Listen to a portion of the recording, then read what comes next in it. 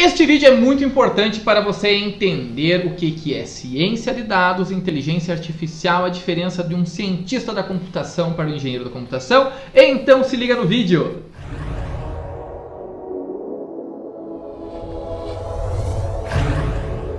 Pessoal, já faz algum tempo que a gente vem falando sobre inteligência artificial aqui no canal, especificamente neste programa, o Diário de Bordo, junto com o Vandoir Belchan. Mas afinal de contas, tá claro para você o que é cada uma das terminologias? Se não, então agora você vai saber. Vandoir, precisarei de você para desmistificar aqui então essas terminologias. Vamos começar. Eu quero que você diferencie o termo inteligência artificial e ciência de dados. Tudo bem, então estamos aqui para mais um Diário de Bordo. Eu sou o Vandoir, aluno do doutorado da UFS, e estou desenvolvendo meu projeto aqui na Gautica. Então essa semana vamos esclarecer para vocês o que é inteligência artificial, o que é esse campo da ciência, quais são as outras áreas que fazem parte desse campo, falar um pouco sobre ciência, dados, Big Data para vocês, e o Edson vai me esclarecer depois o que é um cientista da computação e um engenheiro da computação. Então, Edson, para começar a tua pergunta sobre inteligência artificial, machine learning e deep learning, eu gostaria de convidar a todos a assistir primeiro o Diário de Bordo número 5, onde eu apresentei, onde fez um debate sobre a história e a evolução da inteligência artificial. Acho que vai ficar um pouco mais esclarecedor assistindo primeiro aquele vídeo e assistindo esse aqui hoje para ter um entendimento melhor sobre o assunto. Naquele vídeo tem alguns exemplos, algumas aplicações práticas também sobre a inteligência artificial. A inteligência artificial surgiu como um campo da ciência em 1956. Foi criado esse campo da ciência porque começaram a surgir algumas variações de áreas, como da engenharia, da matemática, da filosofia, enfim, outras áreas, e foi criado o campo da inteligência artificial oficialmente nesse ano. A inteligência artificial ela nasceu com o conceito de colocar a inteligência humana em máquinas, que elas pensassem e resolvessem problemas como nós humanos resolvemos. Depois disso, ela foi se desenvolvendo, passando a enfrentar barreiras com a questão do desenvolvimento computacional, ou seja, a capacidade computacional de processar aqueles conceitos quando eles eram transformados em soluções algorítmicas para rodar em computadores.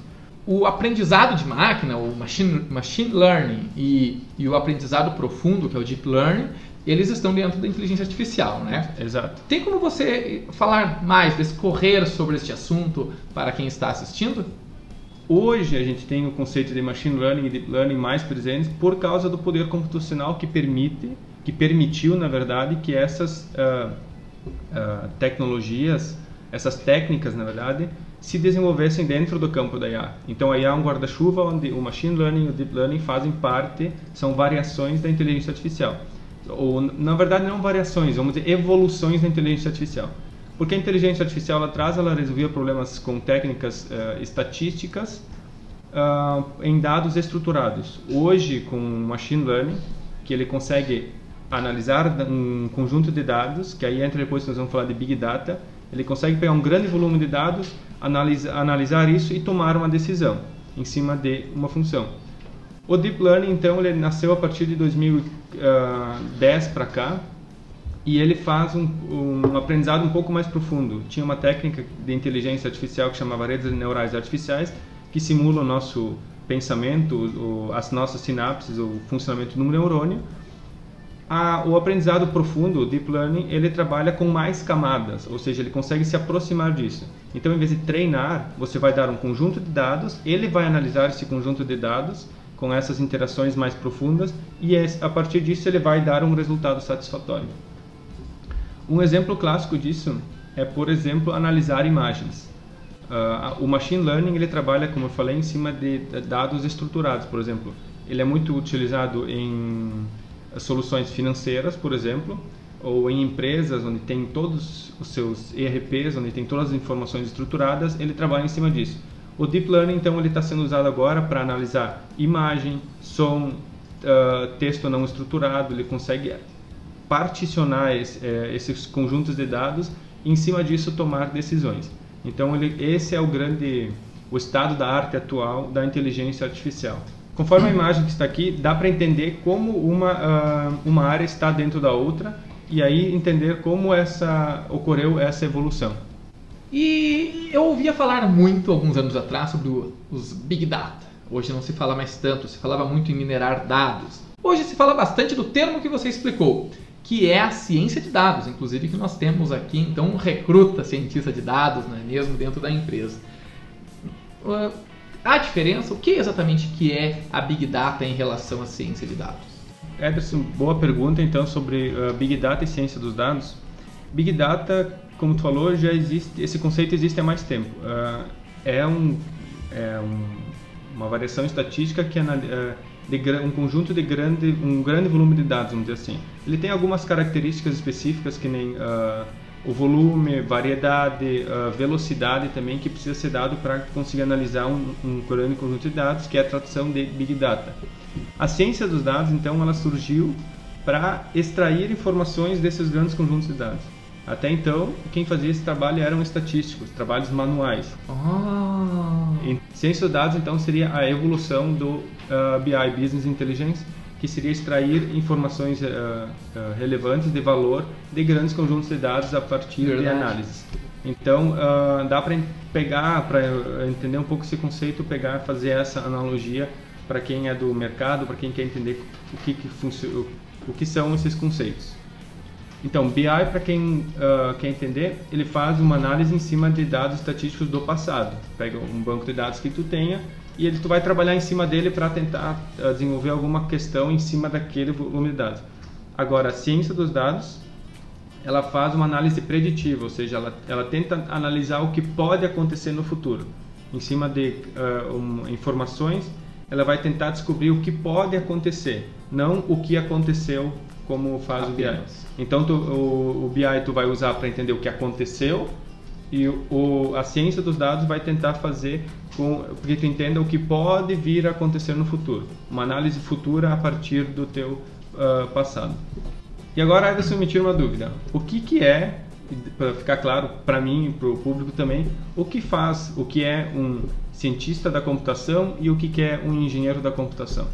A semana passada eu estava no Startup RS, que nós ingressamos, e é a primeira intervenção, né, de uma entidade dentro da Gautica com esse foco de escala, e está sendo bem interessante, inclusive. E lá tinha um palestrante da U-Bots, e eu fiz uma pergunta para ele que tem a ver com as profissões. Ele estava discorrendo sobre este assunto, que é o cientista, conforme você me perguntou, da computação, um engenheiro. E ele deu um exemplo bem interessante. Eu tinha uma ideia, mas eu acho que a frase dele, eu vou me apropriar, porque representa melhor o que nós queremos falar. Ele falou assim: Isaac Newton criou as fórmulas. Veio um engenheiro, pegou a fórmula e criou uma ponte. Muito legal isso aí. O cientista de dados, ele cria as linguagens de programação que interagem com o hardware, eles melhoram os processadores e tudo mais, eles criam muitas vezes algoritmos e equações para que sejam resolvidos problemas, mas nem sempre eles dão aplicabilidade mercadológica disso. E aí vem um profissional que se apropria daquela linguagem, pega aquele algoritmo e dá alguma aplicabilidade, ele transforma isso ou num negócio, numa aplicação qualquer, que são os engenheiros. Mas o engenheiro não necessariamente é somente aquele profissional que fez um curso chamado Engenharia da Computação, Engenharia de Software. São todos os desenvolvedores que têm um determinado nível de conhecimento e conseguem criar estas pontes entre a ciência da computação e o usuário final. Então, nós somos aqui na Gautica engenheiros que criamos pontes para resolver, né, os problemas comuns dentro da indústria. Eu diria que, de um modo bem simples e claro, seria esta a explicação. Então, com tudo isso, eu espero que, como o Ederson já me falou, temos novidades. Acho que em breve eu vou ter um colega doutorando, que o Ederson me contou que está muito interessado e empolgado para começar essa nova jornada. E durante esse ano, além do meu projeto aqui na Gautica, vou estar auxiliando o Ederson a entrar nesse mundo acadêmico, que é o que ele quer, que é criar uma aproximação entre a academia, o mercado e tentar desvendar algumas questões nesses dois ambientes, vamos dizer assim. Isso aí. Então agradeço quem nos acompanhou hoje, quem nos acompanha desde o início do nosso Diário de Bordo, e daqui a 14 dias teremos mais um Diário de Bordo. Até mais. Muito obrigado por assistir até agora esse Diário de Bordo, espero que tenha gostado. Cada vez mais queremos simplificar a abordagem sobre inteligência artificial e todas essas outras palavras complexas, essas abreviações aí que geralmente as pessoas não sabem do que se trata, porque não tem como fugir. E já está presente em nossas vidas e fará cada vez mais parte em tudo que nós fazemos. Se gostou, curte, compartilha, comenta, deixa aqui a sua pergunta e se quer entender o que significa essa camiseta do Vandoir, faz a pergunta aí que depois a gente responde. Valeu?